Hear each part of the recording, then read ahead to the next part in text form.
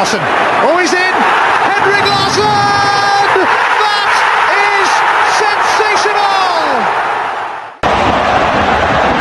O'Reilly, how about that for a pass? Jota! How about that for a finish? That is Jota for you! In for Henrik Larsson, and Moravcik! His first goal for Celtic! Here is Shunsuke Nakamura! Exquisite!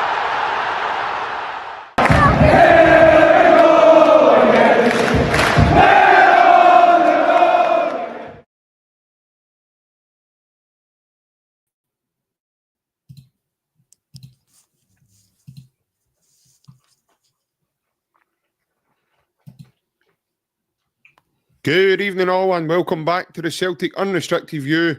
I'm JP and joining me in this Monday evening is my good man Mr. Ryan Clifford, and we've got Daniel with us also. Well lads, it's the long await. We're on the straight and narrow now for a domestic campaign to kick back into gear. It is Monday, the start of the week. We play St Mirren this coming Saturday at 8 p.m. Saturday night. There's been a bit of breaking news tonight. Obviously, Martin O'Neill and SHAUN Maloney are going to remain the interim charge just now of Celtic's first team matters. I know over the weekend we've had some news as well from different outlets that Celtic were in advanced talks with WILFIRED. It appears those talks are going to continue. Whatever it is they're trying to negotiate and sort out. But for the time being, Martin O'Neill and SHAUN Maloney remain in charge, along with probably Steve McManus, Mark Fotheringham, and so on and so on. But as I said, a very good evening, and I hope you've had a nice weekend, Ryan. It's good to be back on, get a wee chat with you, mate. Aye, all good, mate. On a day job, so not much to obviously go on the weekend. Obviously, Scotland. Good result in the end in terms of to keep the World Cup team alive to win the group. Obviously not the result, but that was a wee bit of joy for us at the end of the game, knowing that we're still in pole position. So, in terms of it's our own destiny to win or not, to go through playoffs or winning the group. So, but obviously the Martin O'Neill continuing, it's not a bad thing.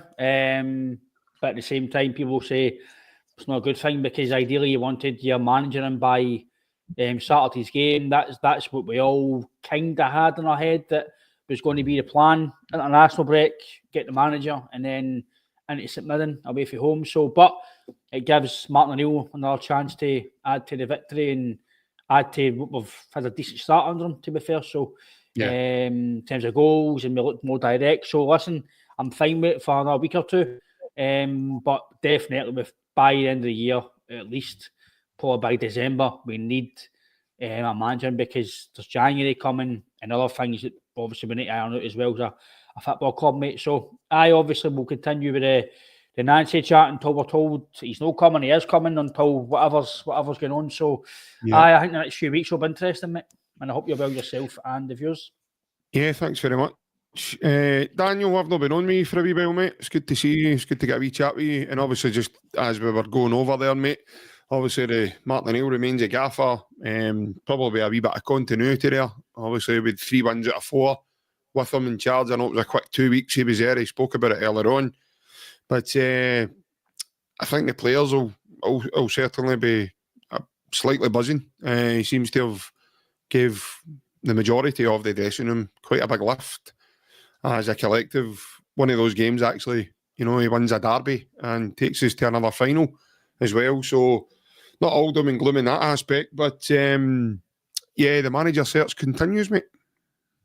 Yeah, definitely. Good evening, everybody. Evening, boys. Hope you're well. I said on here before, if Martin O'Neill and SHAUN Maloney continue for a wee bit longer, then we're not too worried about it. I'm definitely no, because we know that domestically can get the squad up for it and get us going. So, and if it means we take a wee bit longer and it makes sure we get the right man, then I'm all for that. There's no need to jump in. Yeah. But for what I've heard, it seems as if the usual suspects are at it again and no wanting to pay the immediate release clause money for the manager. And listen, if there's room to negotiate, I'm sure they'll do it. But if he is the man that they 100% want, it comes down to, again, just going and paying the money to go and get him. But I don't mind Martin O'Neill staying on for a wee bit longer. I think he's shown, like you says, that he can get the squad right up for it. And domestically, that's all that kind of matters right now, is keep churning out results and putting in the performances that we're wanting to see. Yeah, I mean, what I will say, certainly domestically, we are in a chase. We are chasing Hearts at the moment, and through no fault of our own, and obviously slipping up in the season up to now, as we've done.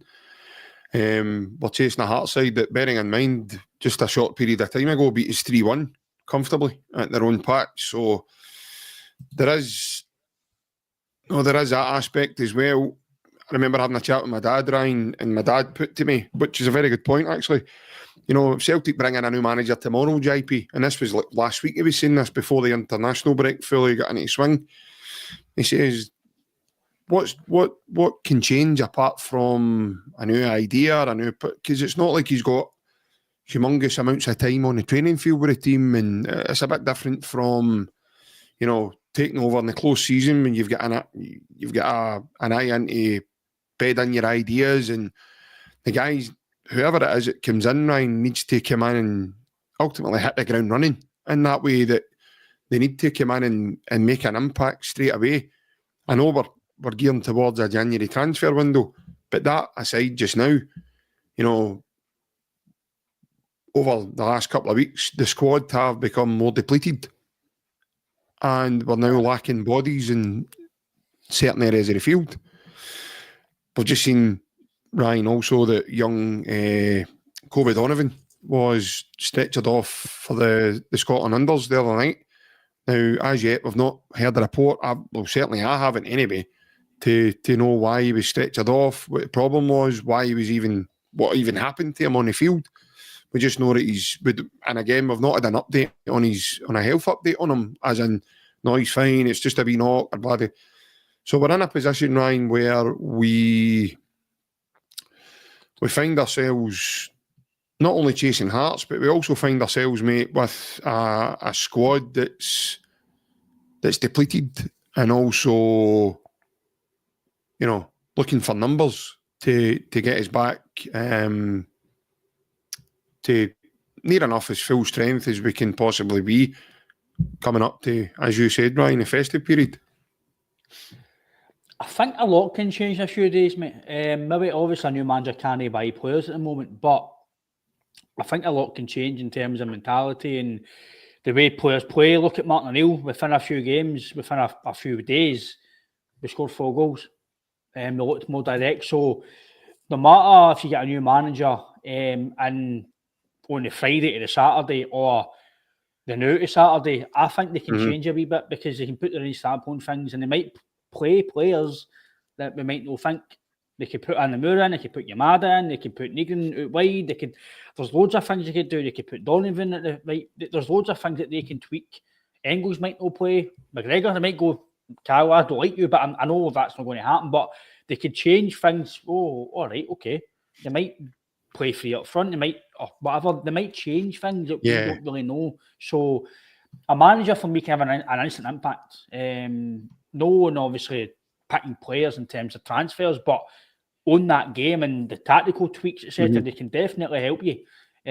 So if we get a manager in the new, he'd have 3 or 4 days to put his stamp on training. No, obviously to the full stamp, but he could get small ideas in before the game is Saturday. So, but I'm happy with Neil Maloney. The new for maybe, I'll say give or take, probably into the Hearts game, I would say, potentially in December. You've got maybe, just say 3 to 4 weeks roughly, I think. That would do you, but again, it will only do you if you win football games. If we get beat, I say if we get beat on Saturday, because you don't want to get beat, but you've got to be realistic. It can happen. We went to Dundee and get beat. If we don't win on Saturday, I'd imagine we're managing them by next weekend. If we don't win, if we do win, then you're like, well, why change it now? Until if it is going to be Nancy or if it's going to be a right guy. Again, we don't know the full aspect of what the hold up is. Is he coming? Is he no coming? Is it fell through? Is it today with buyout clause? Is it today with what he's not going to get in January? Or we generally don't know why the talks are still continuing or what the reason. Well, there has been heavily rumours being put out across social media, and there's been words to the effect that the talks between Nancy and the club have broken down. I've seen some of that, but again, we don't have any sustained evidence that's remotely true. So there's been no sources in terms of official sources. Put out a report tonight before we came live saying that the club's still in talks with him. So until something changes, it's reported differently. And we can only go on that, I'm afraid. I'm happy with Martin and Sean at the moment because obviously the players are getting a wee tune from that. Obviously the Mitchell and listen, that could have happened to Brendan Rodgers. So it was poor. I know me and Daniel tried to talk about it. We didn't get to talk about it too much due to the issues on the software. But no, and we don't do rumours. This is what we're saying. We will not comment on anything until it's official. So as it stands at the moment, we still think, according to sources, they're in talks until somebody comes out and says it's fallen through or he's not doing this, not doing that. I'm just trying to think of reasons why it's not getting announced. Is it because it's fallen through? Is it because it's to do with buyout clauses or compensation clauses? Is it because he's not sure about the structure? I don't know. I'm just trying to think of things why it's not going to be announced this week, because I generally thought this week was going to be when it be announced, because as much as you need to get a right man, we can't wait on a manager. We can't wait on a manager because we're, like you said at the start of the show, JP, we're chasing Hearts. We're chasing in the European phase. We need to think up the table to qualify. So we're chasing now. Normally we're the ones that are ahead and that everything's all right and well, don't worry, we'll win the league. And listen, I'm still got to win the league. But you can't sit and think we're going to win the league with 10, 15 points not now. It's just about winning the league now. Last year, January, they're thinking, is it going to be 25, 21, 17? That's all right. But now we're thinking, right, I'll take 1 point and 1 goal. Just win the league now. That's where we are until you start seeing a manager, you start seeing more progression, you see what happens in January. Because JP, no matter who we get as manager, if the guys at the boardroom are still doing the same things that we've been calling out recently this summer, nothing's going to change. You win the league, brilliant. Win a double, amazing. Treble even, brilliant. But it'll cover the cracks that's happening behind the scenes.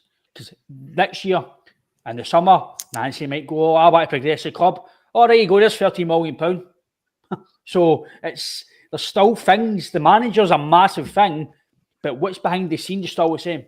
Unless there's the changes that are rumoured, not us. It's all on social media. There's Michael Nixon might be leaving, guys might be retiring, so here and there. If that happens, then fair enough. You might see different changes in January, in the summer, in the future. But until things get ironed out, a manager's IP and Daniel, brilliant. That'll help you on the park. But if it's still the same after the park, then maybe things will start creeping in again, because they're old school guys, lads. And obviously girls as well who's watching it. They're old school. Old school people don't change their ways. You see an old person stop smoking, done it for years. They're going to stop smoking, any. Stop drinking alcohol. Stop gambling. They're not going to do it. They've done it for years. Same as the board. They've done the model for years. They're not going to change it until different people get in the boardroom. It's the same way managers. Martin O'Neill, he's probably not changed his coaching style. It's been the exact same. He'll need to change it because obviously. I would imagine no, Ryan. He's had to tweak certain things because that's why he surrounded himself with young folk. Well, now with the health and safety, no health and safety, but with all this safeguarding stuff, you can't go out and say UF and that. You can't do all that now because people complain. People are snowflakes. You can't say that stuff now. When we were on dressing rooms, you used to get people wrong with their neck and you're this. You can't do that now.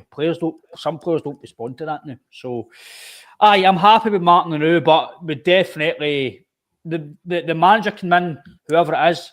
They might win on the park. They might get a good window here and there. But if things don't change behind the scenes, it's going to happen again. This is going to happen again at some point. So the manager, brilliant, get it changed. But also behind the scenes has to be modernised. Because if you don't modernise that, they're just going to go in the same or spiral, maybe next 2 year or 3 year. It's going to happen again. So get the manager right. But I'll tell you what, JP, and Dan, you can back in.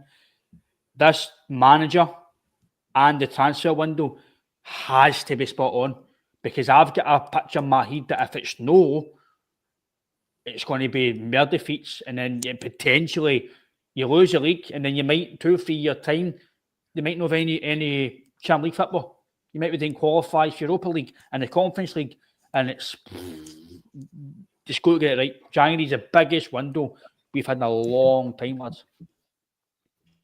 Oh, I know what you're saying, Daniel. Obviously, with the selection process for the new manager, do you think it's been made that bit easier because Martin O'Neill has certainly given us that food for thought, and that no, we don't need to rush this at all. We've got a guy there that's come in and he's won 3 games out of his 4 that he's took charge of. So therefore, he's given us that kind of leeway, should I say, and that we don't need to hurry here. There's guys who, like Martin, Sean, Steve McManus, Mark Foreigner, the team, especially the first team, in my opinion, they're in good hands. They've got guys there that know football, they know Celtic, they know the ways of working. So it's kind of gave us that wee bit of leeway. But I'll go back to it, and I said it even at the time. I thought it was a stroke of genius for a man that was exiting the building that fast. Now, in that position, in my opinion, that's a mini crisis. So you need to act fast in order to get the next right guy in the door. Nobody's seen that coming, Daniel. Nobody's seen Martin O'Neill strolling back through the door all these years later. Nobody's seen that coming. But Dermot Desmond, albeit, people saying, he shouldn't be doing this, he shouldn't be doing that. He was bold enough to go into his contact book and say, right, who can I get the new to help me? Who can I get the new to help Celtic? And he phoned a guy that would have been honoured to do it. Now, I know Martin's played the cards close to his chest, Daniel, and he's kind of been candid with it, that he doesn't want it longer term, and, listen, don't kid yourself. If Dermot Desmond sat him down tomorrow and says, listen, I need you to do me a favour. We can't get the right guy in the door, but I need you to take the team to the end of the season. Would you butt for doing it? Of course he would. It would even be, he wouldn't pause for thought. And that's a love he's got for the club. Again, another guy has had a great connection with the football club. So my question to yourself, Daniel, would be, do you think Celtic are in a more relaxed position in terms of getting a new manager in because of the circumstances and that we've got Martin O'Neill there? I wouldn't say it's a more relaxed position. I'd say having Martin there definitely boosts us 100%. It makes things that wee bit easier domestically. But I think there is still so much pressure on, obviously because of recent events, on getting it so spot on. I mean, and Martin's recent success domestically, it's given us a great insight into where the problems lie in the Celtic squad right now.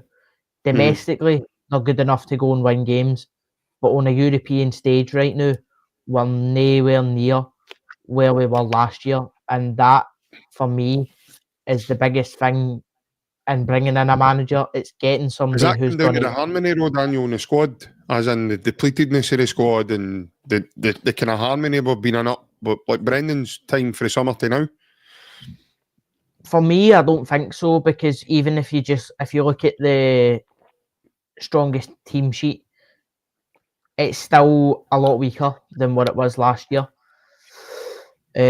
So obviously with players coming in and stuff like that, it's kind of shifted a wee bit, but the attack definitely is weaker than what it was last year. So for me, I don't really see them rushing it now, because we know that domestic football is going to be the focus now after the Midtjylland result.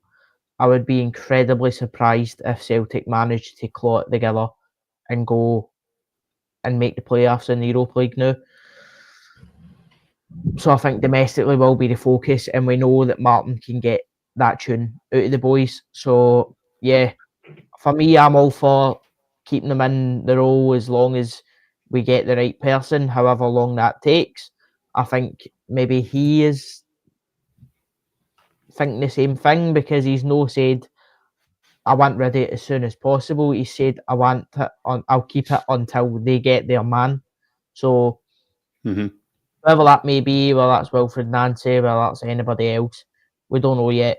But yeah, for me, I wouldn't say that the squad is in or the club is in a more relaxed position. I think there's so much pressure, obviously now domestically as well, chasing after Hearts.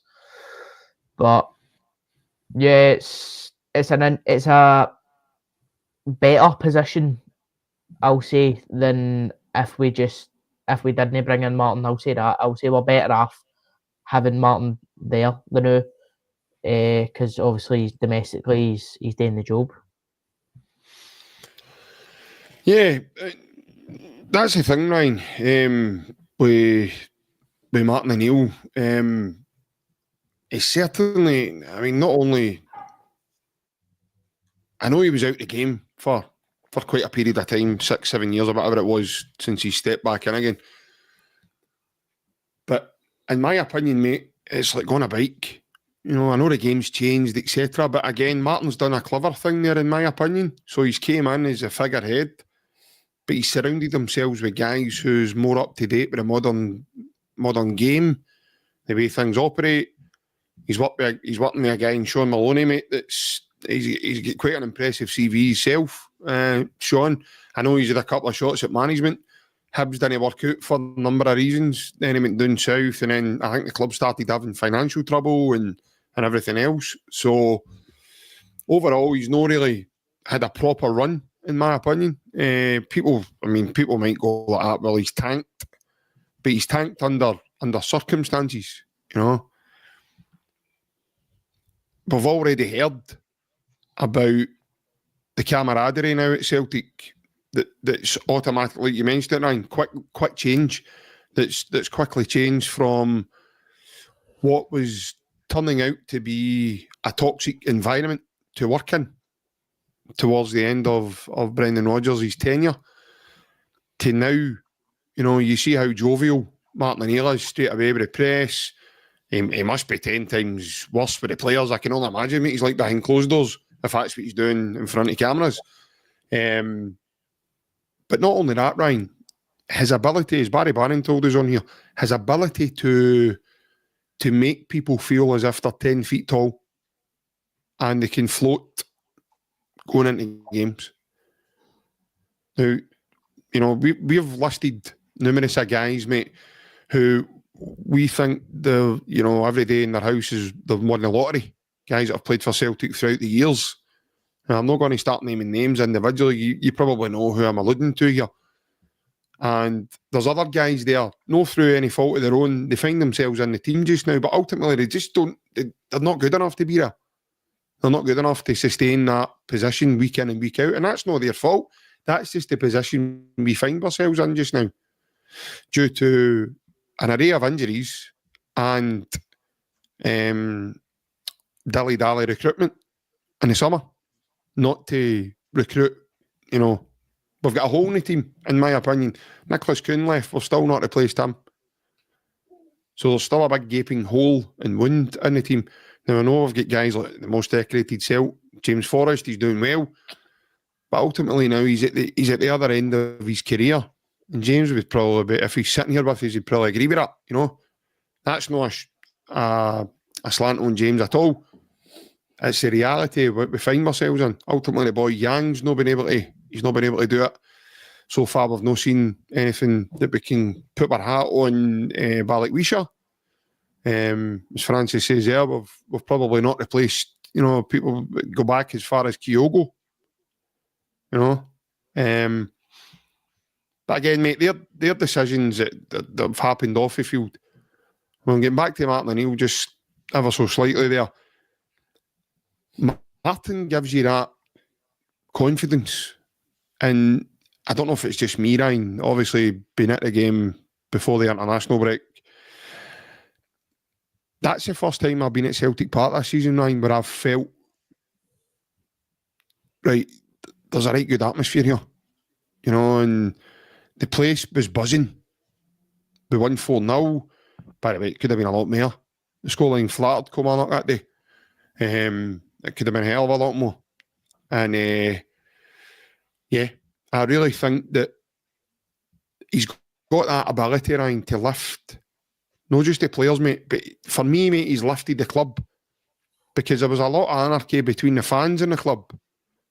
That seems to have, I don't want to say went away, I know it's not going to go away, but it seems to have nullified, that energy has nullified itself ever so slightly, mate, because Celtic won those 3 games out of 4. And one of them was a big derby. You were at that game yourself, mate, and Celtic played well today. So, the week before that, Ryan, we were at Tynecastle and get absolutely pumped with a Hearts team who looked really hungry and up for it and set right about us in the right way. Preyed on our weaknesses, and one of them, it turned out to be on the day, that young lad, Dane Murray, had a stinker. You know, he just, you know, nothing went right for the lad. In fact, everything that went wrong for him, everything that could have went wrong for him, did go wrong for him on the day.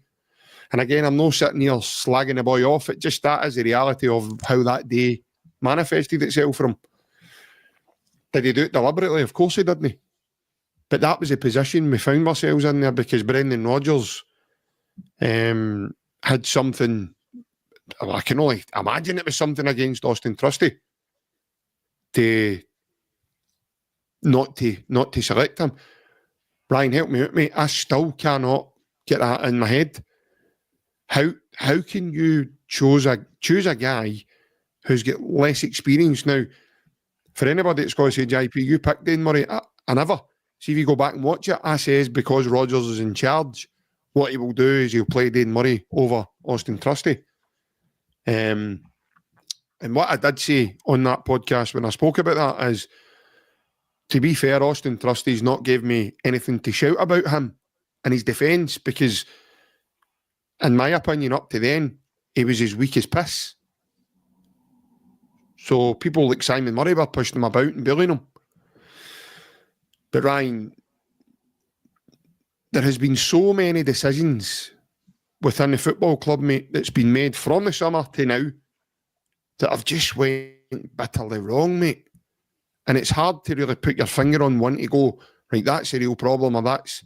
But one of the main problems, in my opinion, is now no longer at the football club. And I'm not surprised, mate, that we saw a transfer in energy. I'll try and go through everything you said there, mate. O'Neill's obviously... No, it's fine, mate. O'Neill, yeah, he's definitely brought a harmony back. The players look a bit more in tune with each other. The fact that we're scoring more goals, we're more direct. We actually look like we're an attack team again. Again, that's what I'm saying about it doesn't take long for a manager to put wee tweaks and small stamps in because he's done that for a game. They just look so much better on the ball, and I'll actually need to send it to you, but I've got some stats about how much it's changed, and it's changed night and day in terms of the attacking stuff. And again, that's on the manager. Again, when I was talking about snowflakes, I've seen a comment earlier on. What I mean is, there's certain players nowadays, if you gave them a bollocking, they'd be like, oh, I'm not playing for you. I don't like. I get it's no nice to get spoken like that, but years ago, that used to get people, oh, right, I'm going to show you. Some guys like getting a bollocking to get them up for games, and some guys like a cuddle. Look, you're the best player. Some guys don't like that. Some guys need a bollocking. If you speak to some ex-professionals, a ball can go right up for the game. But some guys, they know, like, you're brilliant, you're this, you're that, and they go out and perform. That's what I meant by it. No swearing them and doing all that, but there's difference of getting players up for games. Yeah. Some guys like getting a rollicking, and some guys like just being managers to be silent and just let them do their own thing. In terms of, Scott, I think you're right there. He's definitely told me a bit of freedom, go and show your good players. I like the fact that after he was at the first game against Falkirk, when he spoke about McGregor, again, this is when people This is what I'm saying about how good he is in terms of, like you said, JP, the things he says right away. He's obviously seen by the press or people on TalkSport phoning in, or he's just heard that around the club that McGregor was getting, maybe he's finished and this and that.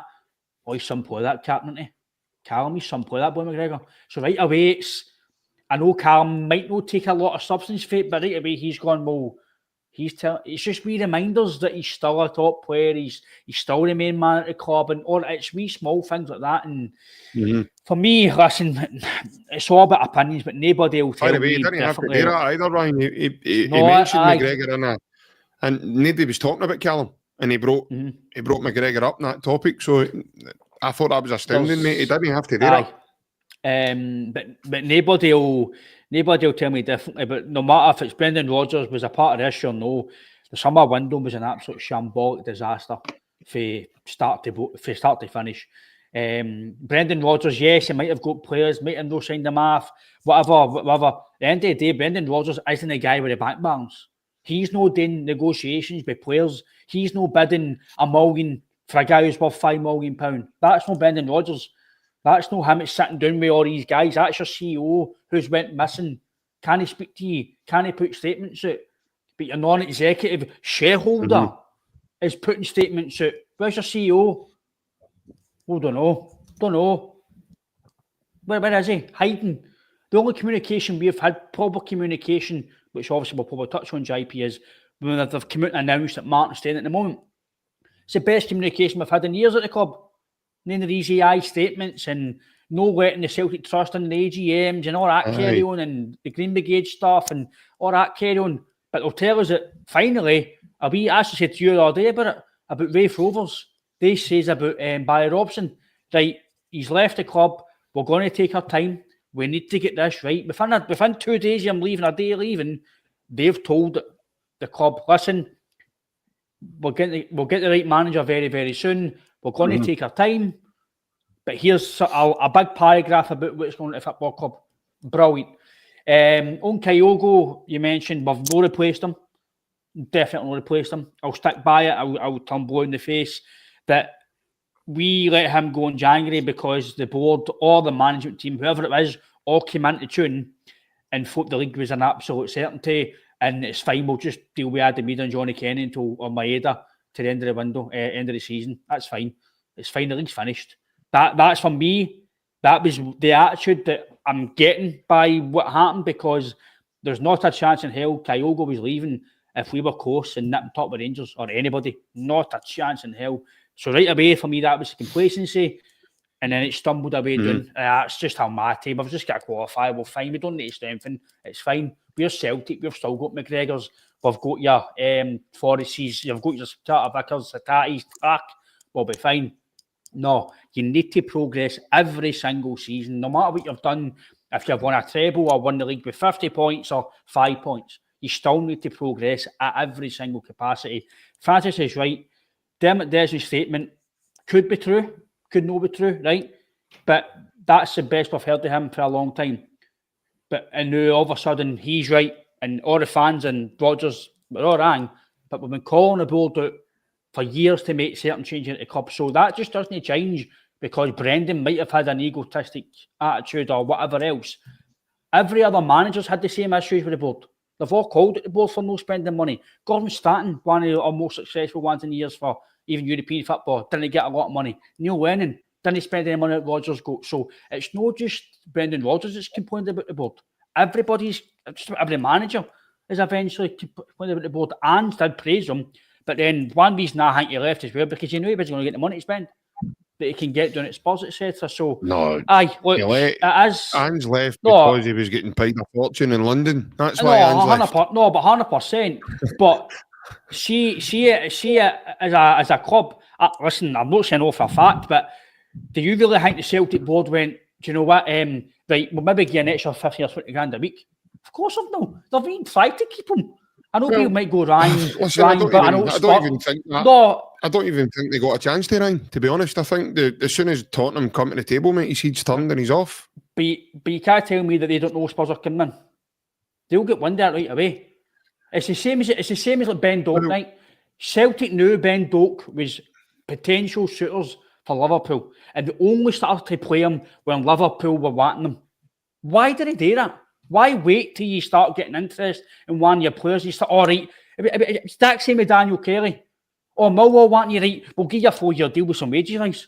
You do it before that happens, and then the mind won't change. Obviously, Ange's different. Listen, Ange's different because it's a manager, and Spurs, that's different. But as a youth player, why do we wait till the youth player gets interest? Right, this is what we can give you now. Why not give him it 6 months later? You can't tell me he wasn't ready a few months before when Ben Doak was ready to play.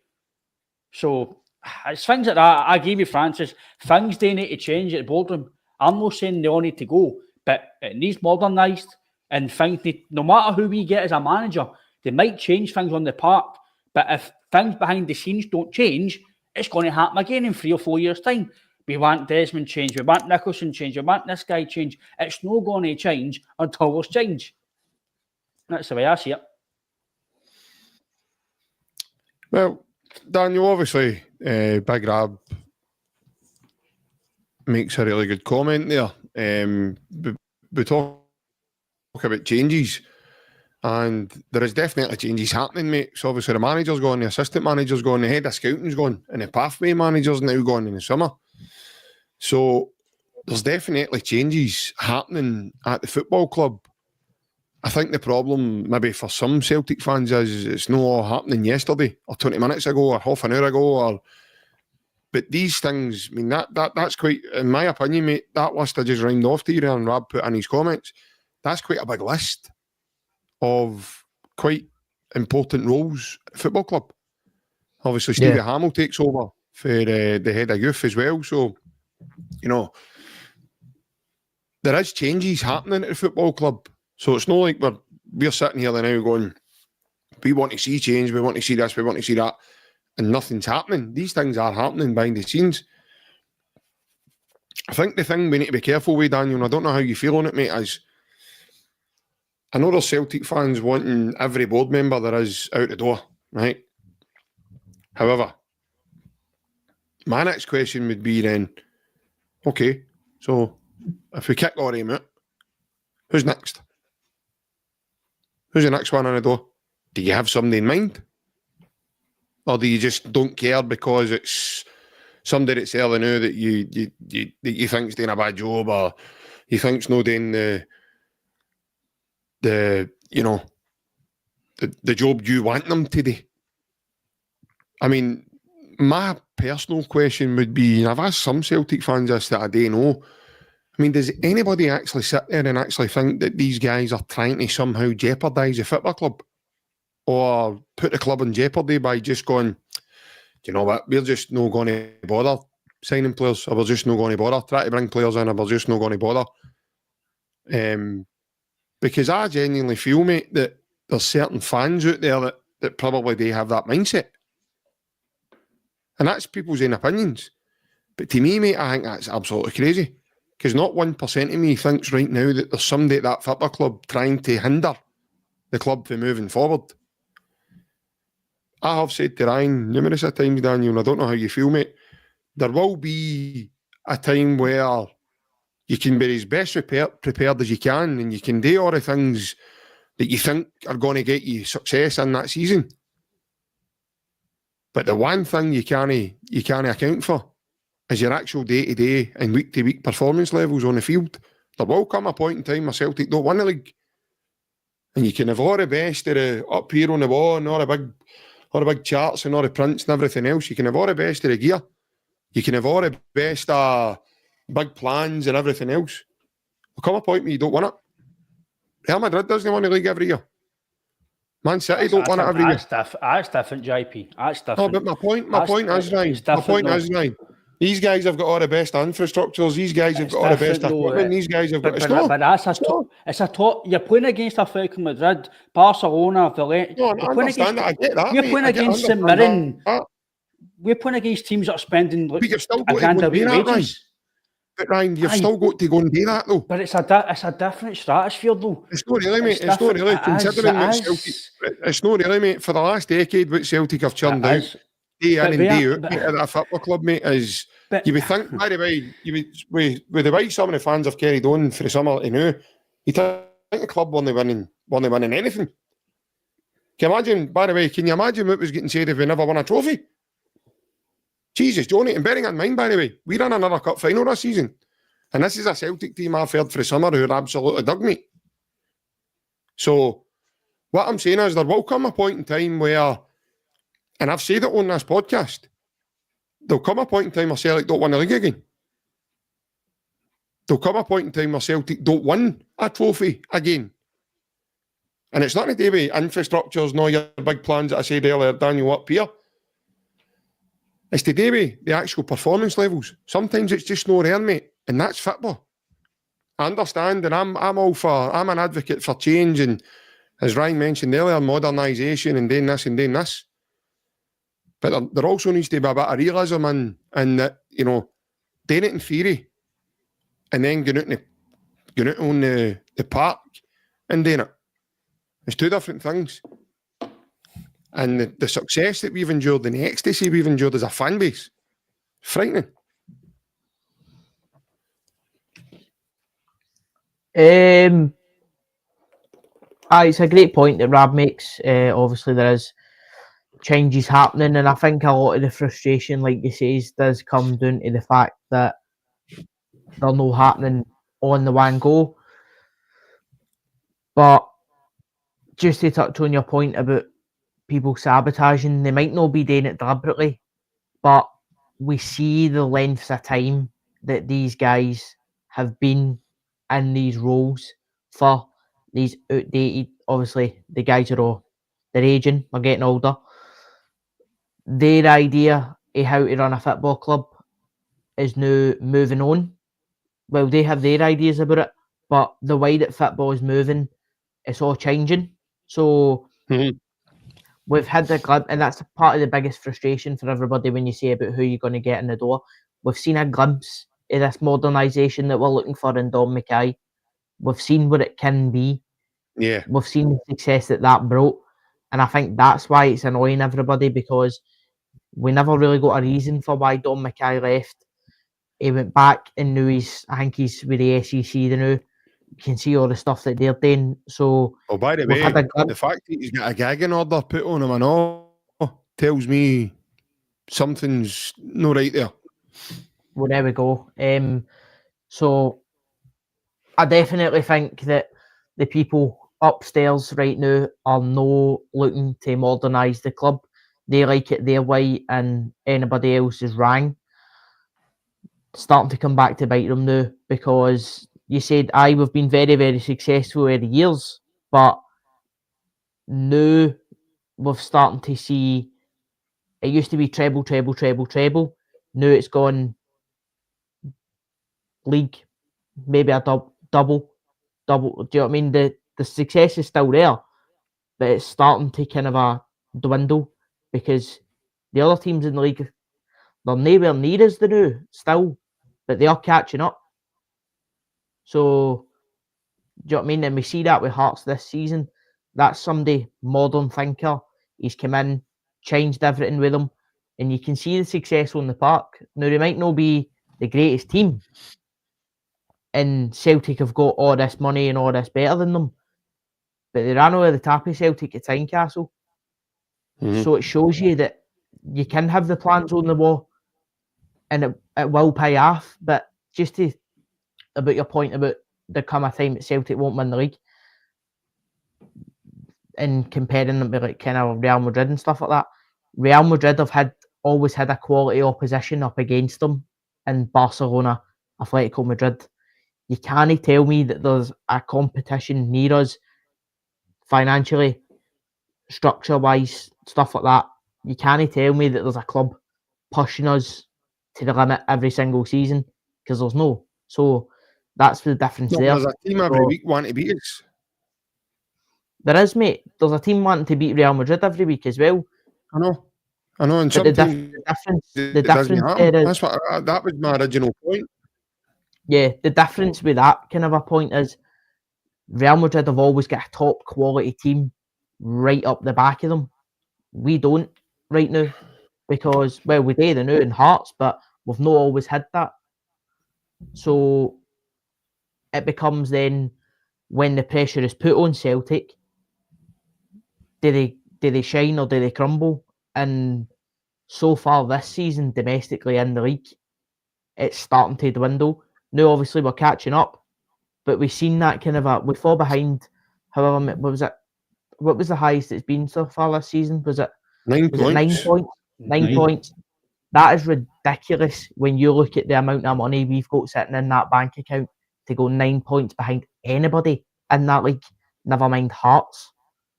So for me, there's so many failings this season in particular that have just shown through and gaze. They might not be top quality right now, Willie, I agree, but they're top of the league, mate, and we're no. So, and they've beat us 3-1 this season. So we need to show them respect. We've spoke previously about it's no Real Madrid we're playing. When we said, right, we'll wait to replay them, and then they've just beat us. Now we play them again at Celtic Park upcoming, but we can't write them off because they've beat us and they're above us in the league. So there is a lot of things left to change.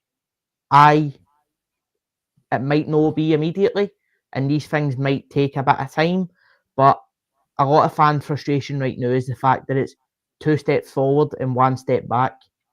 For every positive change we're looking for, there's one thing the club goes and does where we're like, that's not right.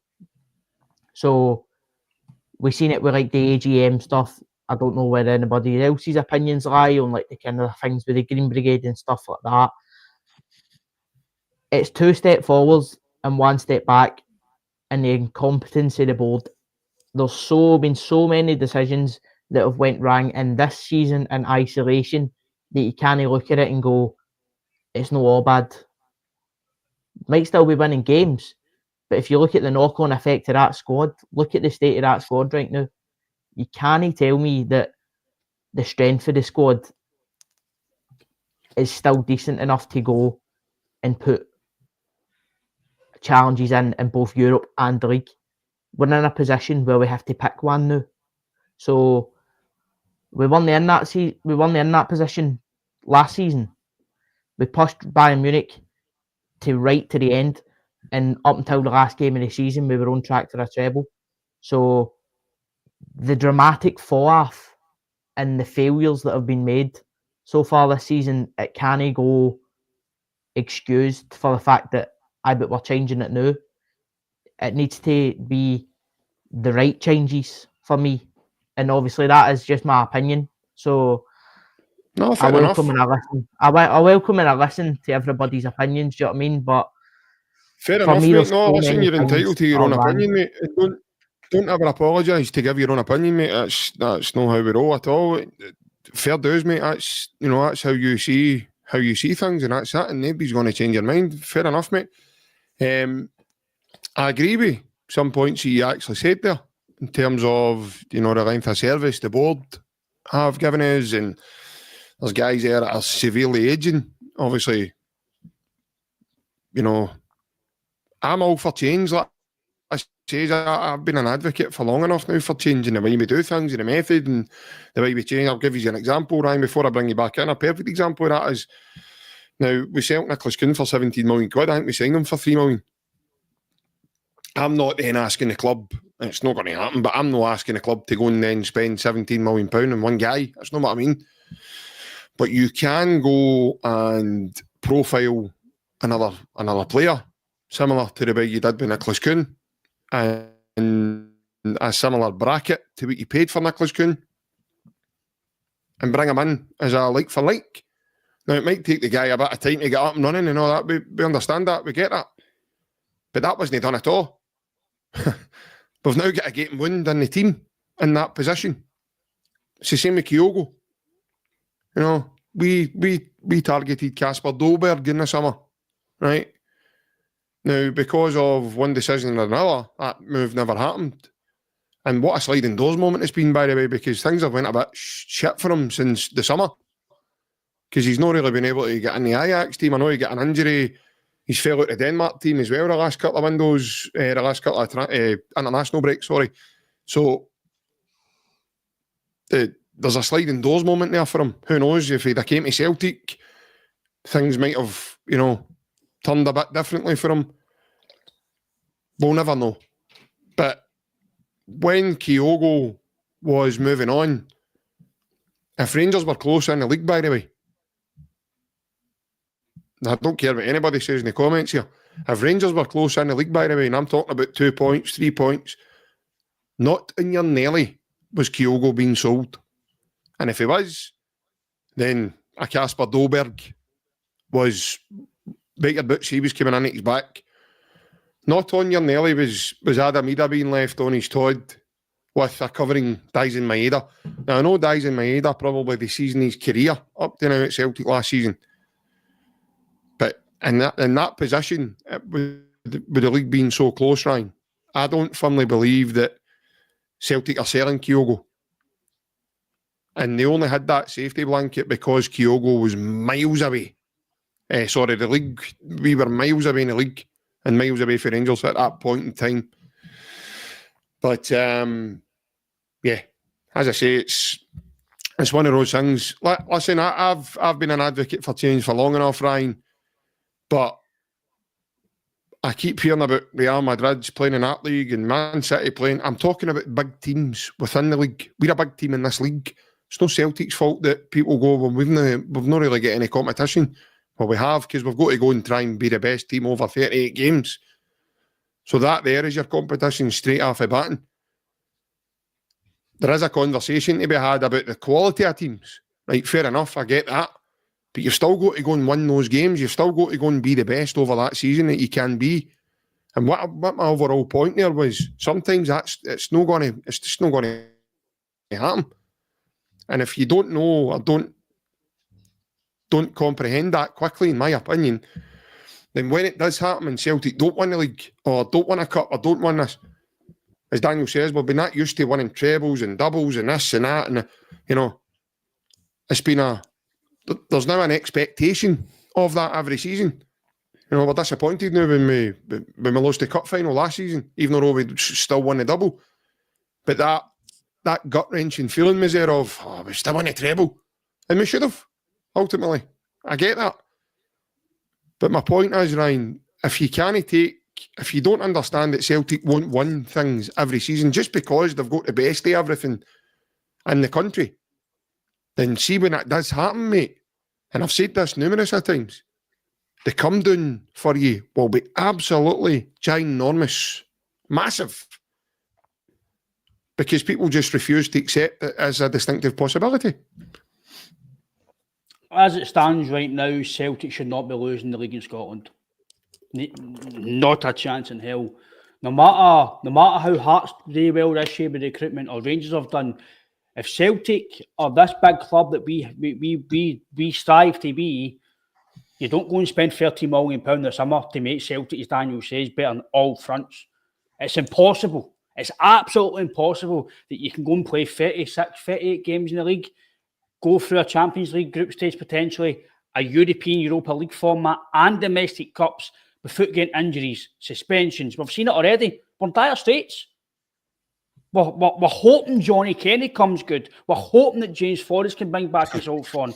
Right, we're actually hoping Johnny Kenny doesn't get injured at this point in time. That's what I'm saying. We're hoping that Anthony Ralston can just play all right to get us through to January. We're hoping now, but that's hoping now that Liam Scales and Trusty don't get an injury, because we're snookered if we do. Kieran Tierney can't get injured now. If Karachi's injured, people going to say that I'm making this bigger than it is. And maybe I am, because I can see the bigger picture. Because if we don't get January right and we didn't get the summer right, look where we are now. One day we didn't get it right. And I know what you're saying with the big club thing, right? But everything Daniel says is bang on the money. Celtic are no playing against your Real Madrids, Barcelona's, Athletic Madrids, your Sociedads every week. We are playing against, no offence to these teams. Listen, that's no Celtic's fault, though. But this is what comes to my point. I get we're playing Dundee, who beat us. I get it, because St Mirren can beat us, right? But see the quality opposition we're playing against, it's nowhere near the quality that's in other big leagues, like Man City are. They're all playing against teams that are spending. Bournemouth sent a play for £50 million. They're buying players worth that. Other teams in the league, aren't they? Rangers are maybe alright. But apart from that, nobody else is spending 40, 50 grand in players. St Mirren are playing 200-300 a week in players. Doesn't mean they're going to beat no beat you. But this is just my opinion. If Celtic should be doing everything right, and i.e. the recruitment. Recruitment's the biggest thing. If Celtic do recruitment right, you spend the money they've got in that bank balance properly, the league's won with 5, 10, 15 points. No, that's no one because other teams are not good enough. Because we should be pulling away. We shouldn't be sitting going, we've not got a right mid. That's criminal. You've had all summer to get a right mid, and you've not got one. Well, Barry, you can blame Brendan Rodgers, you can blame whatever. Whoever was at fault of that, it's criminal at the highest order that we have not got a right mid. Over £100 million at one point in the summer, and we have not got a right mid. Can't England spend £1 million? That's criminal. And I keep saying it now, whether no, I agree with that. I'm all about standards, right? And I know guys like Kieran Bowie or Martin Boyle might not be the standard to make you better in Europe, which they probably are, right? But see, instead of spending £2 million on Yamada, why don't you spend £2 million on Kieran Bowie or £2 million on Martin Boyle just for Scotland? They're going to get you goals, they're going to get you assists, they know what it's all about. Oh, but that's too hard. That's too hard to go and do. We'll go and get an unknown guy for Japan who done all right in Japan for one season, and we'll see if he comes across and does well. It's guesswork. It's total guesswork. Why not buy somebody for European football or Scotland? Now, we are talking about snobbery for young players in Scotland. Well, why don't nobody snobbery and buy a guy who's on it in the league and go and actually does it for you in Scotland for one season if it means to get the league over and done and dusted? But for me, the standards at the football club lads, if it's a board, whatever it is, the standards has went from there to there. What's that? Aye, with a game in hand, Rob, which we might not win. It's all right seeing my game in hand, but you might not win that game in hand. It's all about we need to win that game in hand. We need to go a run of games of 7, 8, 9, 10 games in all without that many points. And has this squad right now as it stands got that in them? We need to find it. We've won 3 out of our last 4, so aye, we're doing all right here. But we'll need to find out, can we not get suspensions? Can we stay injury free? Can the squad dev get better as the weeks go on? The Kyogo thing, JP, I went through, I probably said it every single podcast. That drove me insane. It's total complacency at the highest order that they let him go in January without signing somebody else. It's criminal. And how people think that that's all right, to no replace, like you've said, bang on the money with Nicholas Kuhn and no replace Kyogo and replace him with Yamada and who else? Nobody. We've not got a right winger. You've signed a guy you've scouted for a year in Bartlisha who looks like he can't even play on the bench. It's absolutely criminal what we're doing now as a club. It's bonkers. And the change is happening. Brilliant. But why is it changing now? Because of his protests. They're not getting the money. The fans are not going to the games. Fans are coming off home ticket schemes. They're not buying merchandise. They're not buying the Europa League packages. Because the fans are finally speaking out. They're behind in the league. They're out of the chat. Oh, now we need to make change because now we need to chase. Before you start chasing, you get your house in order first and you won't need to chase. And that's where we are now. We need to chase. And if we don't get it right in January or this manager, it's going to be more than just protests. It's going to be a long stage of protests until things are getting changed. Yeah, I mean, change is needed. At a point when change is needed, Ryan, it's no like if your team's all winning and you're winning trebles, as Daniel says, and you're bouncing at every. What needs changed? Change comes at a point, mate, where it's usually at the end of a cycle. And the cycle under Brendan Rodgers was coming to... I get what you're saying, but really. I get what you're saying, right? But why did they start changing now? Because now we're behind Hearts. Now we need to change. Or there's protests. The fans are not coming to games. Now we need to change. Why I no think change? there's things happening within the football club, though, Ryan, that needs to be altered and needs to be rectified. Because as Daniel mentioned earlier as well, there's a guy in Dyson Maeda, mate. Ultimately, he still left the club in the summer. But see the change. Why not make it to summer? Why start making it in November, in October, when the season's already done? That's mere hassle during the season.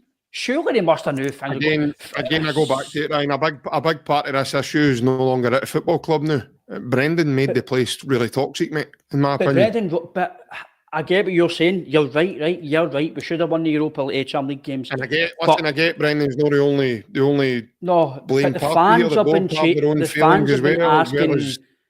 fans have been asking for change for years. Not just Brendan Rodgers leaving. This isn't just all of a sudden went, we want to change it board. It happened under Dyer. It happened under Brendan's first spell when he left. It happened under Ange. It's happened every year. So fans haven't just woke up and went, we want you all out. Aye, we've had the security the last couple of years of being straight into the Champions League. Aye, yes. And because of no go right now, all the freighters are back out again. Domestically, we should be winning the league just about every season or competing every single season to win the league if there's a strong Rangers or a strong Hearts. Let's call a spade, right? You still need to win the games. You still need to win the league. You still need to do recruitment, right? But we've had a honking Rangers for years. We've not a challenge for Aberdeen or Hearts or anything else. We should be in a position to go and win the league, spend the money. We've got the money there. But now there's a wee bit of a challenge. All right, we'll need to change the CEO. We'll need to change the manager. We'll need to do this. But see if you do that at source and no let that happen. This doesn't happen. We shouldn't be in this state of play where we're having to chase Hearts, go right. We need a better infrastructure now because Hearts have got a bit. How can one guy come in one summer and change the full dynamic of basic Scottish football and the scouting and analytics, and Celtic and Rangers are sitting going, aye, that's good, that, isn't it? So what have they been doing for all the years with analytics? I don't for one minute, not 1% of me sitting here thinking that Celtic are looking at Hearts and being envious. Not a chance. That Jamestown stuff, it's the best in the world. How can Celtic not have that? A club like Celtic aren't they sitting there worrying about Hearts? No way. No worrying about them, but they've got a better scouting system than Celtic. They're top of the league and everything else, but they can only, I mean, there's limitations to the type of player they can bring in. And in terms of money, spending money. Go through Hearts' squad. If you're being real in a fully strength Celtic side, does any of the Hearts players get in the team? One or two of them do, 100%. Really? Boy, they've got a better forward line than us, JP. Only because they've scored more goals than you know. But they're still better, you know. As it stands right now, with the injuries now, the boy Bragg is far better than Johnny Kenny. He's far better than that in James Forrester now. The boy out wide is it Greek or Turkish boy? I think he's Greek, isn't he? They've got more assists and more goals than every one of your wingers. Every one of your wingers, they've got more assists and goals. So as it stands, and right now, Hearts have got a better forward than Celtic. I'm in disbelief now, Daniel, the way people are talking about this Hearts team. It's as if they've all of a sudden turned into Real Madrid. No, but it's based on right now facts, JP. Hearts have got a better forward than Celtic. That's the bare facts. As it stands right now in goals, assists, they've scored more goals than us. We've only scored about 18 goals or something in the league. No, we haven't. Listen, and granted, prior to that, we were struggling to even score goals. But I'm not saying that Hearts are this brilliant team, but what I'm saying is, how can one guy come in one pre-season, in one summer, and drastically change our recruitment, drastically change how they do things, and we have done we're still signing guys for like 500 grand and $1 million. It might work, but it's not going to work all the time. How can they all of a sudden change the analytics? We've spent £5 million in Ballot. Why not go and spend the money a sort of player like Braga for German League, whose data is already outstanding? But we've signed a guy who, for £5 million, and you're lucky going to bench. He wouldn't get any for Hearts. Do you think Braga, Claudio Braga, do you think he's a player that Celtic have came across through their recruitment or scouting? I don't think so. Do you think he's even at the forefront of their minds? Probably no, because I don't think they've even scouted him. I don't think Celtic have probably looked at that type of league. They maybe looked, obviously, they got Engels for the German league. But Braga, do you think Celtic are looking at a guy like that, or Celtic looking at better than that?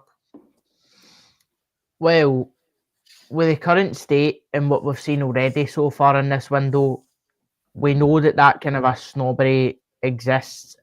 I mean, we refuse to pay money for the likes of John McGinn and stuff like that, so we know that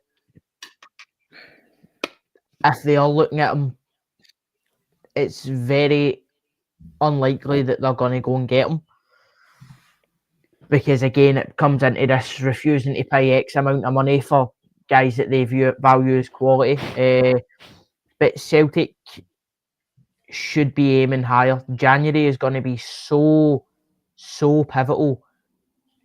And I think people kind of underestimate how many positions this club need to fill right now to get back on track to any sort of a similar position as last season, because we touched on that right hand side. The only kind of a out and out tried and tested right winger at the club right now is James Forrest. We know Yang's there, but Yang can't do it on a consistent basis. Don't mention his name on here, Daniel.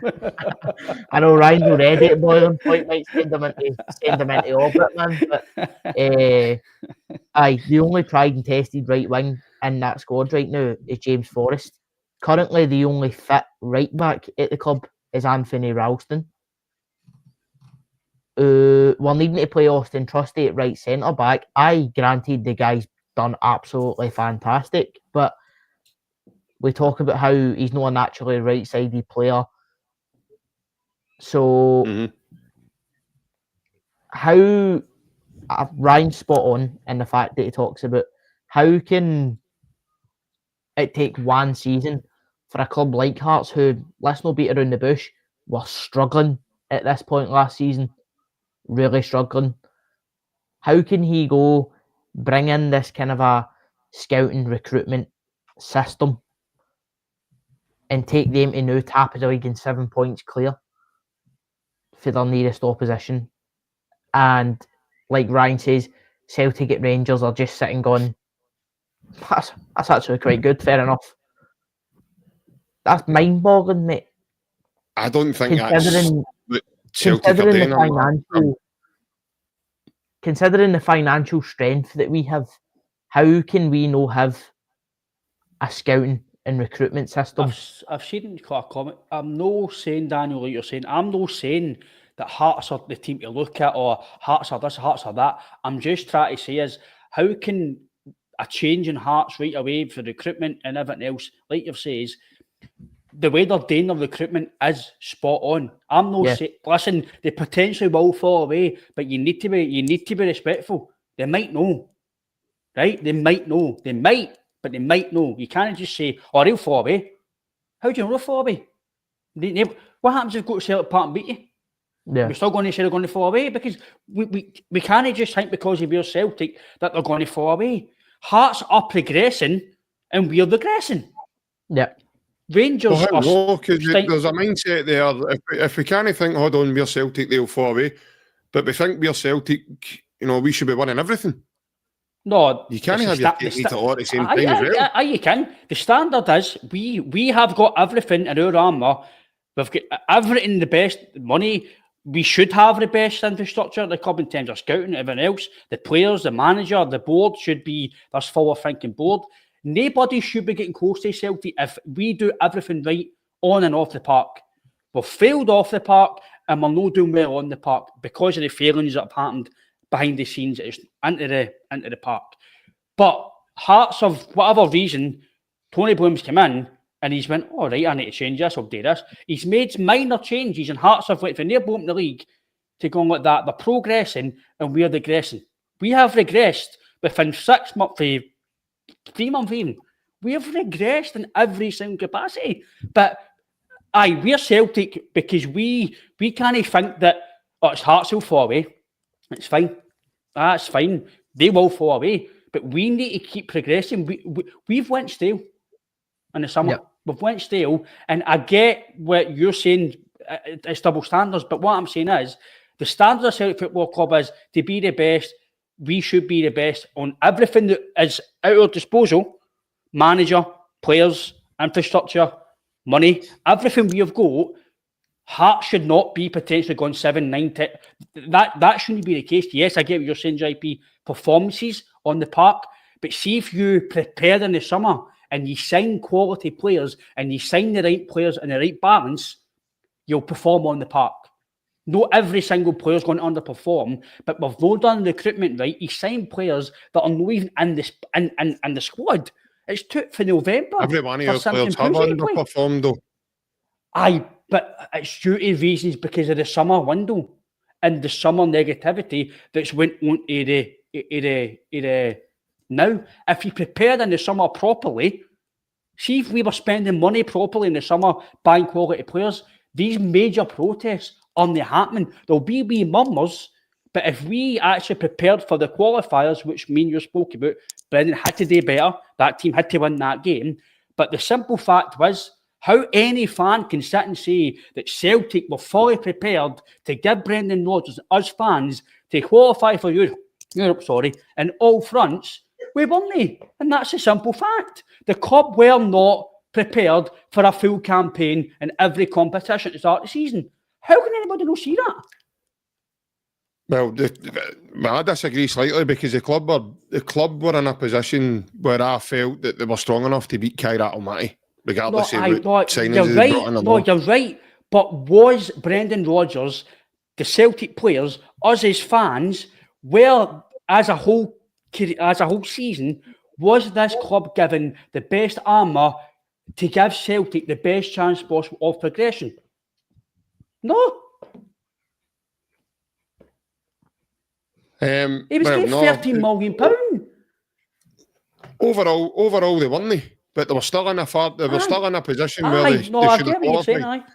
And they had a manager who had checked out and had zero interest in doing anything at that point. No, I get you. You're right. I mean, that's evident. You don't just all of a sudden, because then you start questioning these players. They weren't playing for him. I don't care what anybody says. It's clear to see the amount of goals we've scored just in the 3 wins out of 4 games we've played in. Before the international break, they weren't playing for Brendan. They had down tools on him. Now, I know that's probably a word that comes across as disrespectful, etc. But that's the only way I can label that. They checked out. The players had gone. Once maybe the Honda Civic moment happened and all the rest of it, the players just gave him a middle finger. And, that's it. People say it goes back to the cup final. People say it goes back to the Bayern game. The players had down tools on him. The players weren't responding to what was going on. And it was becoming toxic. You could see it. So, Brendan Rodgers, in my opinion, was an elite manager. But he came to a point where the twice he's left Celtic, Brian, he's left Celtic in selfish circumstances as well. It's been a bit bittersweet at the end. Because both times it's been all about him. And he's just a huffy teenager that didn't get what he wanted. That's the way he came across here in the summer. But the absolute, I'm in disbelief with the stuff I'm hearing about Hearts, boys. I'm not going to lie.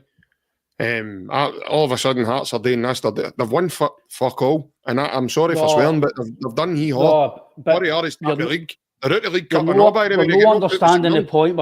You're not understanding what we're trying. What I'm trying to make. I do get the point you're making. I do get the point that. But they're doing the right steps, and see if they continue doing what they're doing, JP.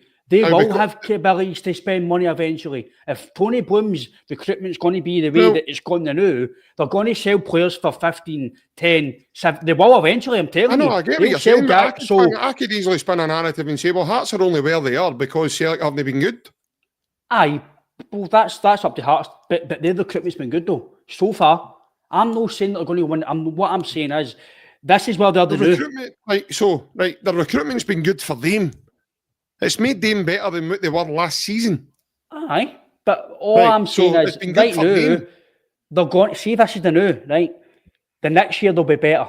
They're going to progress again. And in fact, this is what I'm saying. If we don't do things properly, eventually other teams, like, they will start getting better. If we don't start getting better now, this is what I'm saying. But we've let ourselves get to a stage where potentially other teams can start getting closer to you. And that shouldn't be the case. That's the full thing. We've let the club, people behind the scenes, have let the club get to a stage where a team at Hearts can potentially. Rangers only 2 or 3 points behind you now, and it's the worst start of the season. It's madness, man. They're 5 points behind us. Aye, it's madness how anything for the summer can then be defended. And the reason why I'm talking about Hearts is not because they win the league, but that if Tony Bloom gets the way that he wants Hearts to win, they'll continue, and we need to go with that. We need to continue to go. I've not been given it. There's no evidence to go Hearts are going to continue. This could be a flash in the pan, and then all of a sudden the progression in the club under Tony, the Tony Bloom progression, it's going to continue. But it will, though. You're not Brighton. It's the same stuff as Brighton, though. It's going to continue because it works. It's going to continue and drive. What's Brighton done? What have they won? They're overachieving. They should be where they are, Brighton. They're overachieving at the highest hopes. They shouldn't be where they are. But they're not achieving. They're not really achieving that much, Harry. They've not won a cup. They're not winning. They're not in the mix for winning trophies. I get what you're saying. They've slightly improved with a better data analytics team and everything else behind them. But in my opinion, Daniel, I don't see Brighton on a force. They're not an English force to go right. They're going to, I don't look at Brighton and say they're going to run away with the FA Cup this season or they're going to run away with the League Cup. Hearts are already out of cup this season, and this is a team that's getting batted about like, oh, here we go, they're the next new Messiah for the league. I've not seen anything in this Hearts team other than they beat us, but they beat us because we were poor. Celtic get their act together, lads, and start doing what they do and what we've been used to them doing. Boys are kids, he's not. We'll be having a different conversation in May. No, and we'll see where Hearts are. You're right, JP, but all I'm saying is Hearts are not just going to fall off a cliff in terms of this is going to continue the way they recruit players underneath this system. They're going to continue to get gen. They're going to continue. And as it stands right now, under this, what we're doing, if it's the analytics or whatever we're doing on the football side, Rodgers wasn't happy when he's here underneath the recruitment team. And if the same recruitment team's still there and the same, it's not going to change. So we need to get with the times, and so the change is good and it can only help us, but it's changing at a time where it should have happened months ago or even years ago. It's only because they were chasing now and the fans aren't happy. They're going, well, we need to change now. I'm not saying that Hearts are now the team to go to, but it's a better place. I don't see that with Hearts. I don't know how you can predict that down the line. I don't, because we've not any evidence to prove it. I'm only going by evidence as in what he's done with Brighton. It's the same logistics, it's the same analytics. He's come in for what, 3 or 4 months, and look at the progress he's done. It's January. If they've got a sniff at potentially winning the league in January, he'll spend money with him. He'll They've done nothing though. They've not done anything. They're out of the League Cup and all. But they beat us. It's Tynecastle right away, didn't they? That's one. They've won the game, but they've won the wee beat Celtic Cup then so far. Is that what they've done? You're getting my point. I'm not saying they're going to go win the. What I'm saying is they're progressing, and it stands right now. We're digressing as it stands right now. Rob, you're not the only one, I'll tell you, man. I'm starting to Daniel, get don't the help jitters, me here. Are people taking what I'm saying out of context? Because I think they are. They think that I'm saying Hearts are this big team. All I'm saying is Tony Bloom's come in within 3 months. He's progressed Hearts. They both in the league nearly to challenging Celtic as it stands right now. They might fall away. They probably will, but we can't say that. But the fact that people think they're just going to fall away and they'll keep progressing under what they've got here, because they will, and it's down to us to make your changes and make your analytic changes or whatever we need to do to sign the players to keep ahead. And did we do it into summer? I don't think we did. Yeah, definitely. The thing about like Hearts will fall off. We said it about Aberdeen, and the only reason Aberdeen fell off a cliff is because Celtic went and hammered them into the ground. The question now becomes in this upcoming game against Hearts at Celtic Park, do we say that Celtic as a whole, the Celtic squad that is there at this moment in time, are they capable of going and doing a similar thing at Celtic Park? That is the question. We, like JP says, we've not enough evidence to say they can go and win the league. Ryan's spot on in what he's saying about Tony Bloom and the fact that the analytics and stuff that he uses to progress a football club, Brighton only this big thing. But if you look at their turnover and their money, obviously it's very difficult to compete right up there in the English Premier League. But if you look at their system that he uses for turning their money, you go and then put that into a 12-team league in Scotland that's no got the same amount of money as the English Premier League. We know it works with one team. So it then becomes, how will that look with Hearts if it becomes successful? Because we've seen Celtic can make a high turnover. So if Hearts are recruiting and they keep consistently good recruitment, which Celtic haven't had recently, so you're right in the fact that they're progressing and we're regressing. So this is Ryan's point in the fact that he's saying, how good can that system make them in terms of turning money out for players progressing as a team? Might not be right now, but it's an instant impact. So if Celtic keep going this, but we're going to do this, and they're not doing it, Hearts are just going to keep doing their own thing. And then, like JP says earlier on, you're not going to win the league every season. So that's my point there. That's exactly what I'm saying. Lauren said. That's exactly what I've said. He's changed the full approach within 2 or 3 months, and that is my point. That's basically my point. Thanks, Lauren. I'm not going mad. I'm not saying the Hearts are going to win the league, but that's my point.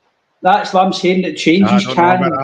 Daniel, I don't know about that, man. I think we had an exclusive night after him saying that Hearts were pushing for that title, man. And see if Hearts win the league, mate. That's what it was sounding like to me. You know, if Hearts win the league, mate, Costco's getting miles of orders for bleach, mate, so they'd be happy with that.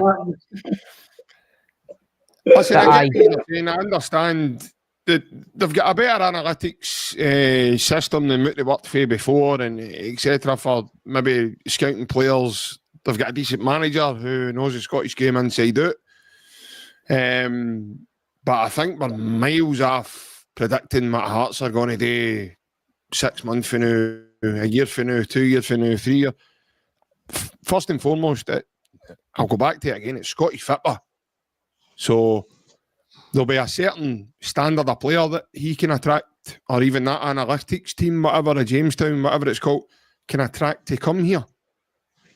They had a guy back in the day out with Celtic, in my opinion, was the best in the league. And I didn't think he was good enough for Celtic, and I say that even then. And Rudy Scatchell, I don't think he'd get a game with Celtic. So, and he was probably one of the...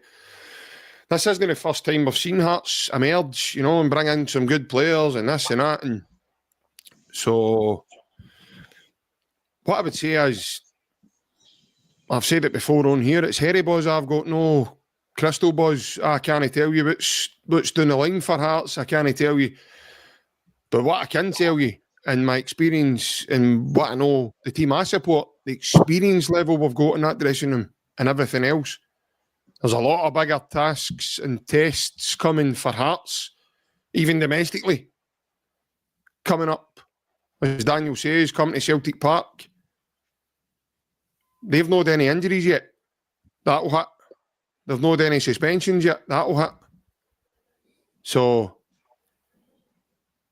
we've also got some injuries. And that, for me, even in a Neil's short period of time, has made it even more impressive. The fact that he's still able to get a tune out of guys who were getting written off by everybody, including myself, prior to Neil coming in. I watched that Hearts game in total disbelief, thinking...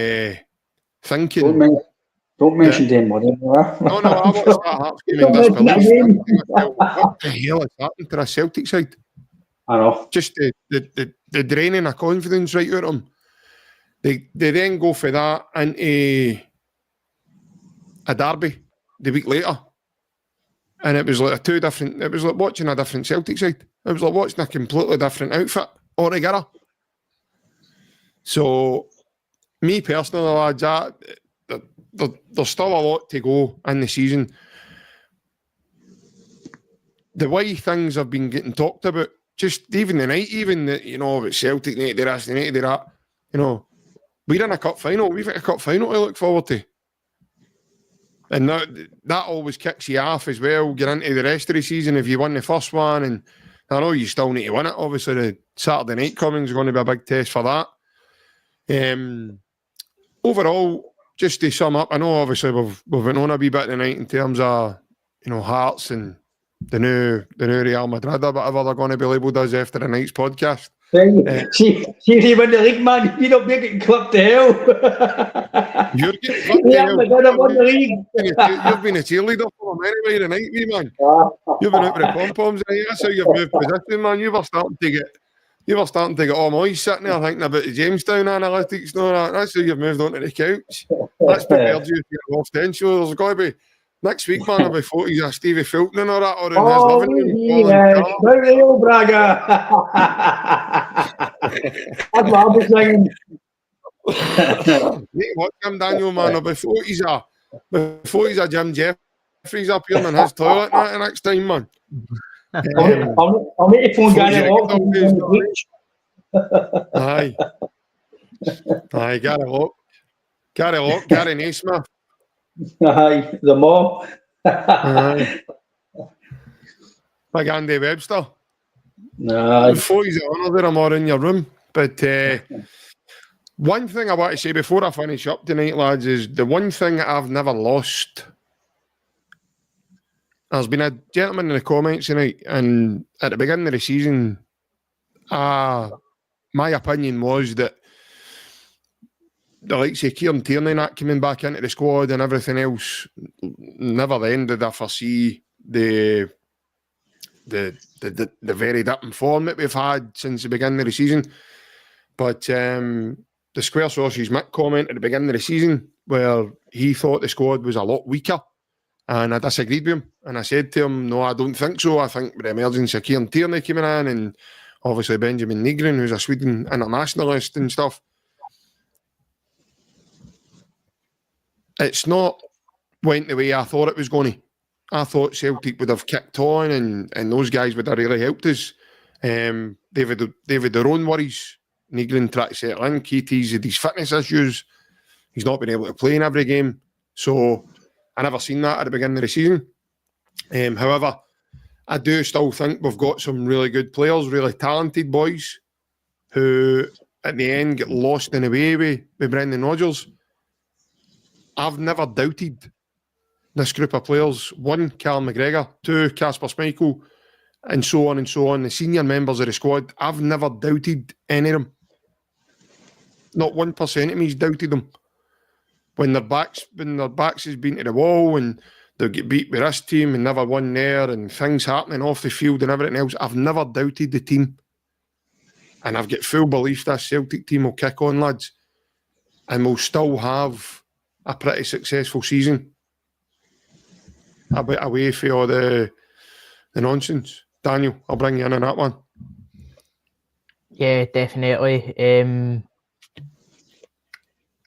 I was of the opinion, with watching the outgoings and incomings, that it was kind of a weaker squad that we were operating with at the time.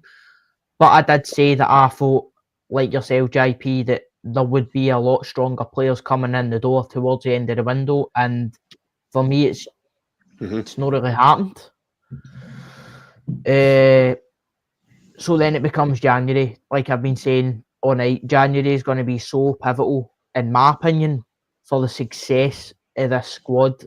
How big or wee that might be, because we're in a cup final, great.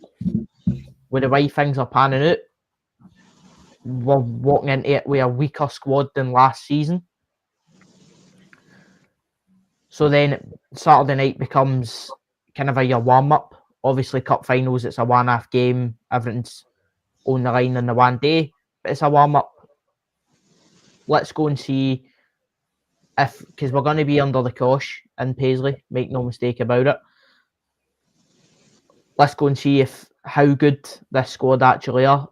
And then it gives us a kind of a benchmark. I know we've already played St Mirren this season, but it gives us a benchmark that if we go and win the game, we've beat them twice this season. We're regulars at Hampden. We can go and do it. But January is going to see, for the whole stretch of the season, for me, January is going to become so vital in the fact that there's so many positions that need strengthened. So many areas, especially walking into the season, it was just the right wing. Now it's the whole right side. And that's alarming to me, considering where we were last season. Yeah, I would agree. Obviously, the last word of the night we'll put to the guest we've had on tonight, Daniel, the Jambos fan. That is Ryan.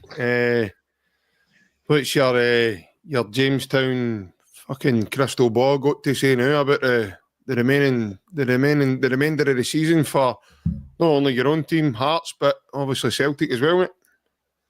No, similar to Daniel, mate. January's massive. In all seriousness, it is. January's massive for us on all fronts.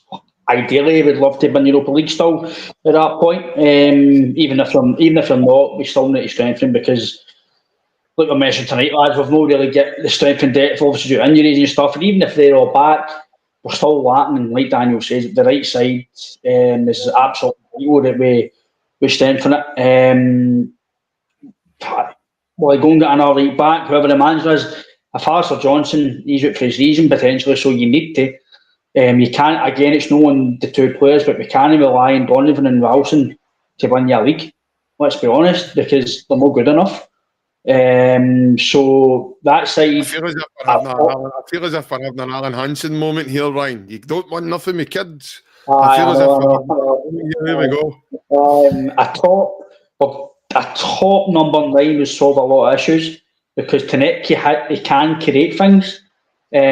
Johnny Kenny has done well, but to lead the full season with him, is that too much pressure for the boy? I don't know, we'll find out.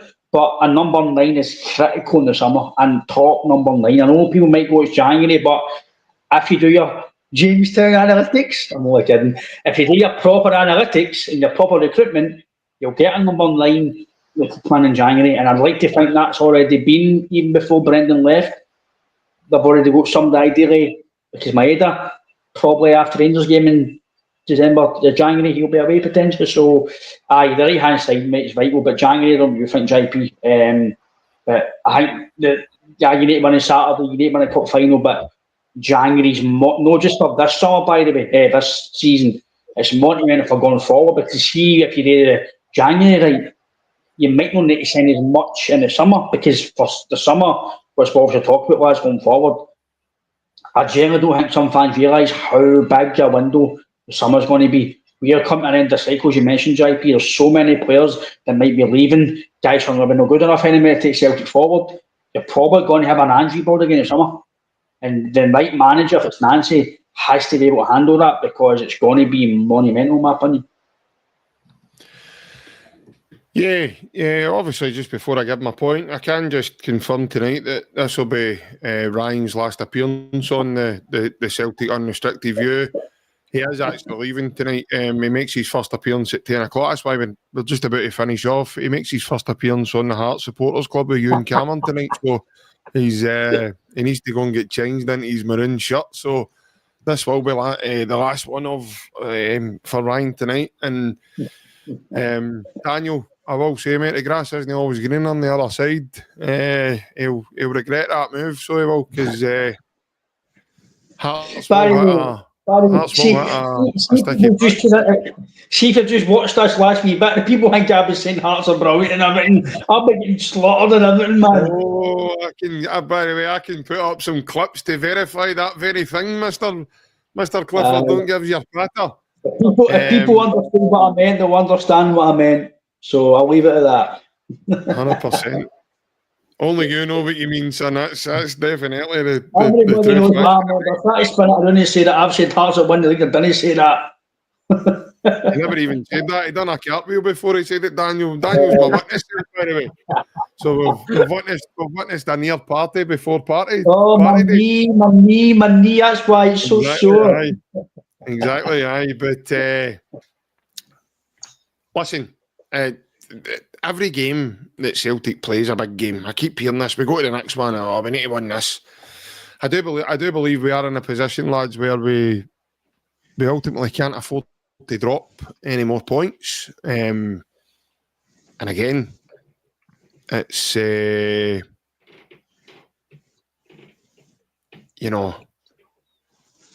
it's no through any fault of our own. We've put ourselves in this position due to the bad performances we've saw this season, due to the games that we've dropped points in. So yeah, listen, lads, I'm going to be honest now. I agree with Daniel. I don't think the squad's anywhere near ready to compete in the Europa League. I'm actually surprised we've got 4 points. I'm being honest with you, lads. I'm surprised we're even in that position. We've done well to have that. I mean, some teams closer to home haven't even got a point. So it shows you how difficult a competition it's been this season. But squad-wise and everything else, and you can see how depleted we're becoming.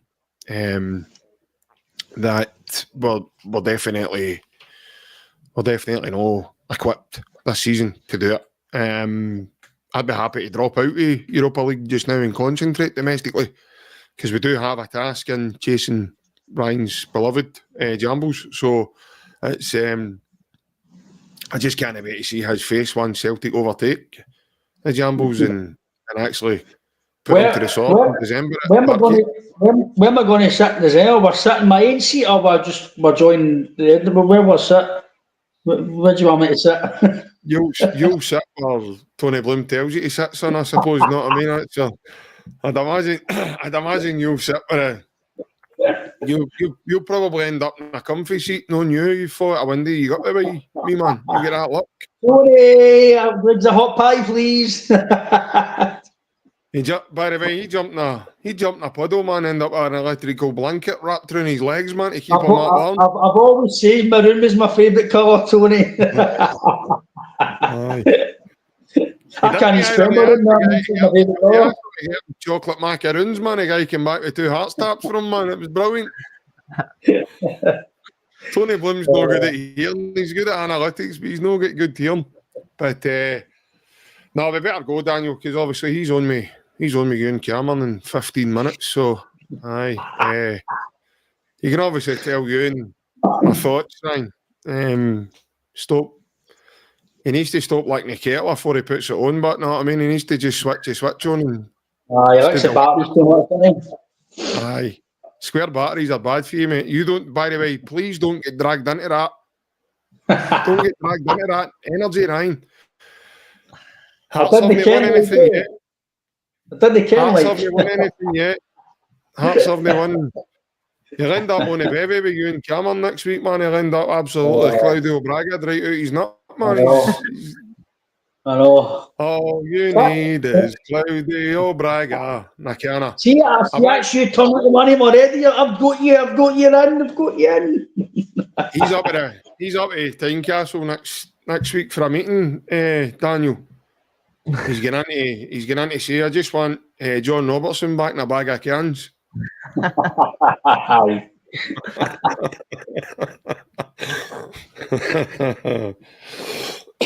McCann can't play football anymore, Ryan. He's not an option for a winger. So don't be looking for him in a January window. No chance of that happening now. He's too old. Too old. Don't rest on your laurels now. Remember, Celtic will not do that well this season. Celtic, that's what you said tonight. Celtic they're no pushing, they're not doing this, they're not doing that. So you can relax and maybe sign Andrew Driver back in loan in January again, and he might win the Scottish Cup this season. Know what I mean? But no, listen, good chat tonight, lads. Daniel, thanks very much for your time, pal, coming on and giving us your thoughts. Some good points after you tonight. Nah, it's a pleasure as always. Good chat with the comments and that as well. I thought we got a good debate tonight, and that's what it's all about, innit? So 100%. And Ryan, obviously, good to get a fellow Scottish football team that think they're something they're not. But it's good to get the opinions tonight. Aye, no, listen, it was all good banter, but no, it was all good chats, like Daniel says, with the comments as well. Some good comments as well. So thanks again. Please like, subscribe. We're on social media. We're all on social media. So a wee like and subscribe goes a long way. So thanks for comments, and we'll see you all very, very soon. Bearing in mind it's a Celtic unrestricted view, he's saying don't go to your Hearts thing and subscribe there. It's here. We need you to I would come back with a joke with that, but I generally don't know a Hearts podcast, so I can't come back with a joke. No, he doesn't know a Hearts podcast. That's terrible, by the way. He's been talking all night. He doesn't know any of our podcast. That's shocking for you, by the way. By the way, see during the week, we can't stop us at money because we went on our podcast if we could beat Saturday. 100%. 100%. I agree. I don't slaughter anybody apart from the Jambos and you. Now that you've became one, so that's it. The gloves are off, Daniel. The gloves are off. But thank you, everybody, that's took part tonight in the comments. Cheers for all your points and thoughts, etc. Sorry I've not been able to get everybody's comment up. It's just impossible. Otherwise, we wouldn't be able to have a chat about what we were doing. But yeah, start a new week, folks. Martin O'Neill is continuing as the Celtic manager. We're all happy at that. So far, the talks remain for a new permanent gaffer. But for now, take care, folks. We'll see you all again in the next one. Hail, hail. Bye-bye.